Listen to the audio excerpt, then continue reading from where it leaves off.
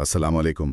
آج ہم تلنگانہ کے تعلیمی نظام میں جو کچھ ہو رہا ہے اس پر ایک نظر ڈال رہے ہیں۔ ہمارے پاس آل انڈیا آئیڈیل ٹیچرز ایسوسی ایشن یعنی AITI انہوں نے کچھ خبریں جمع کی ہیں تیلگو اخبارات سے۔ شروعات کرتے ہیں حضرت علی رضی اللہ عنہ کے قول سے کہ علم بانٹنا صدقہ ہے۔ تو آئیے اسی جذبے سے دیکھتے ہیں کہ تعلیم کے میدان میں کیا نیا چل رہا ہے۔ وعلیکم السلام۔ جی بالکل، اور تعلیم صرف معلومات دینا ہی نہیں ہے، یہ تو سمجھ اور شعور کو جگانا ہے اصل میں۔ دیکھتے ہیں کہ یہ خبریں اس سفر میں کیا نئے موڑ لا رہی ہیں۔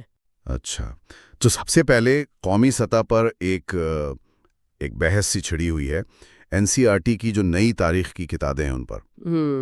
حیدرآباد میں جیسے یونیورسٹی آف حیدرآباد کے پروفیسر بیانگیا بھکیاں ہیں، آیوش سنگھ ہیں، کچھ اور لوگ بھی ہیں، ماہرین طلباء۔ انہوں نے بابر جیسی شخصیات کی جو پیشکشی اور کچھ حصوں کو نکالا گیا ہے اس پر تنقید کی ہے۔ ان کا کہنا ہے کہ اس سے تاریخی سمجھ میں فرق آ سکتا ہے، جی، خاص کر جب بروٹیلٹی جیسے لفظ استعمال ہو رہے ہیں یا ان پر بات ہو رہی ہے۔ دوسری طرف کچھ لوگ کہتے ہیں نہیں، یہ تبدیلی ٹھیک ہے، بہتر ہے۔ جی، یہ تاریخ کی تدریس کا ہمیشہ سے ایک مسئلہ رہا ہے کہ ماضی کو کیسے پیش کیا جائے۔ یہاں صرف موقع کانٹیکسٹ کی بات نہیں ہے، بلکہ معلم کا، ٹیچر کا رول بہت اہم ہو جاتا ہے کہ وہ بچوں کو تنقیدی سوچ کی طرف کیسے لے کر جاتے ہیں۔ یہ نہیں کہ بس ایک ہی ویو پوائنٹ دے دیا، بالکل بالکل پڑھا دے گی، یہ دیکھنا ہوگا۔ یہ واقعی ایک اہم سوال ہے۔ اچھا، اب آتے ہیں تلنگانہ کی طرف۔ یہاں SCERT state council of education research and training, انہوں نے 10ویں جماعت کے امتحان کے پیٹرن میں ایک آپ کہہ لیں بڑی تبدیلی کی ہے۔ اچھا، کیا تبدیلی ہے؟ پہلے 20 نمبر ہوتے تھے نا انٹرنل اسسمنٹ کے، جی ہاں، وہ اب ختم کر دیے۔ پورا پیپر اب 100 نمبر کا ہوگا، اور اس میں مختصر جواب والے سوال بھی ہوں گے، تھوڑے تفصیلی بھی، اور ملٹیپل چوائس یعنی MCQs بھی۔ مقصد شاید یہ ہے کہ طلبہ کی جو مہارت ہے اس کو زیادہ بہتر طریقے سے جانچا جا سکے۔ یہ قدم تو دیکھنے میں تو اچھا لگ رہا ہے۔ امید تو یہی ہوگی کہ رٹے کا کلچر کم ہو اور بچے اصل میں چیزوں کو سمجھیں، لیکن اس کا اصل ٹیسٹ تو اس کے امپلیمنٹیشن میں ہے۔ صحیح۔ کیا ٹیچرز، کیا اسٹوڈنٹس اس نئے پیٹرن کے لیے تیار ہیں؟ ابھی پبلشرز، اسکولز سب وہ نئے بلو پرنٹ کا انتظار کر رہے ہوں گے۔ وہ بلو پرنٹ بہت ضروری ہوگا اس کی کامیابی کے لیے۔ بالکل صحیح کہا آپ نے۔ اچھا، انتظامی معاملات میں بھی کچھ خبریں ہیں۔ UIDAI نے، جو آدھار والا ادارہ ہے، انہوں نے 5 سے 15 سال کے بچوں کے لیے آدھار بائیو میٹرکس اپڈیٹ کرنے کے نئے ہدایت جاری کیے ہیں۔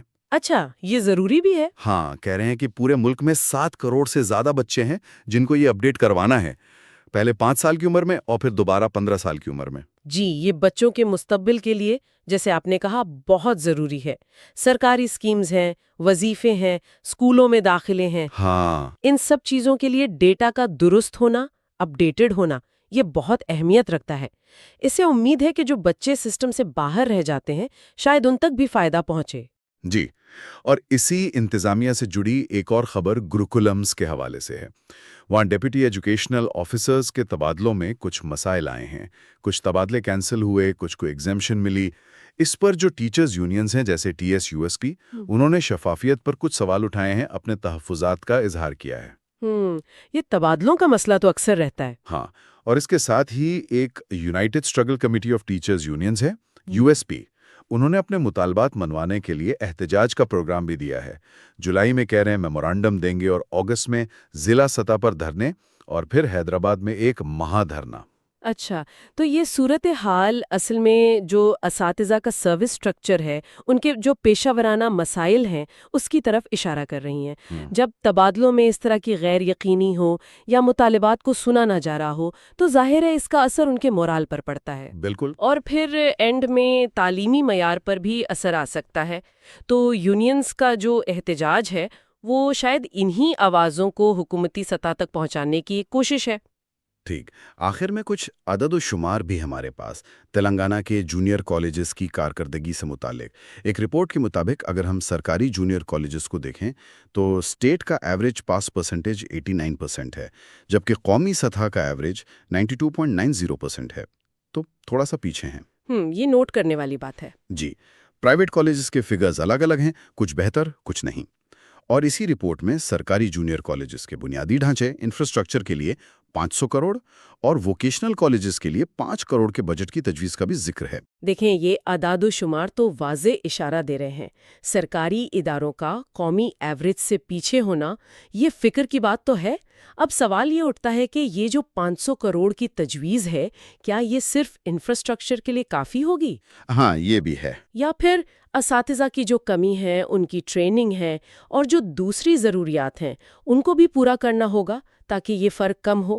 وسائل کی تقسیم اور ان کا صحیح استعمال یہ یہاں پہ بہت بہت اہم ہے۔ تو آج کی اس ساری گفتگو میں ہم نے تلنگانہ کے تعلیمی منظرنامے کے کافی پہلو کور کیے، کریکولم کی تبدیلی سے لے کر امتحانات کا نیا پیٹرن، پھر انتظامی اپڈیٹس جیسے آدھار اور تبادلے، اساتذہ کے مسائل، ان کی سرگرمیاں اور پھر اداروں کی کارکردگی۔ ہر جگہ کچھ نہ کچھ حرکت ہو رہی ہے۔ جی بالکل، اور یہ سب دیکھ کر ایک بنیادی سوال میرے ذہن میں آ رہا ہے کہ یہ جو قومی سطح کی پالیسیز ہیں جیسے NCERT کی کتابیں ہیں یا آدھار کے نئے قوانین ہیں، جب یہ ریاستی سطح پر نافذ ہوتی ہیں تو وہاں جو مالی وسائل ہیں، جو انتظامی صلاحیت ہے اور جو زمینی حقائق ہیں ان کے ساتھ ان کا تال میل کیسے بنتا ہے؟ اہم نکتہ ہے۔ ان سب تبدیلیوں کے مجموعی اثرات کیا ہوں گے تلنگانہ کے تعلیمی مستقبل پر؟ یہ واقعی غور طلب بات ہے، وقت ہی بتائے گا اس کا جواب۔ خیر، اس نقطے پر سوچنا ضروری ہے۔ خدا حافظ۔ خدا حافظ۔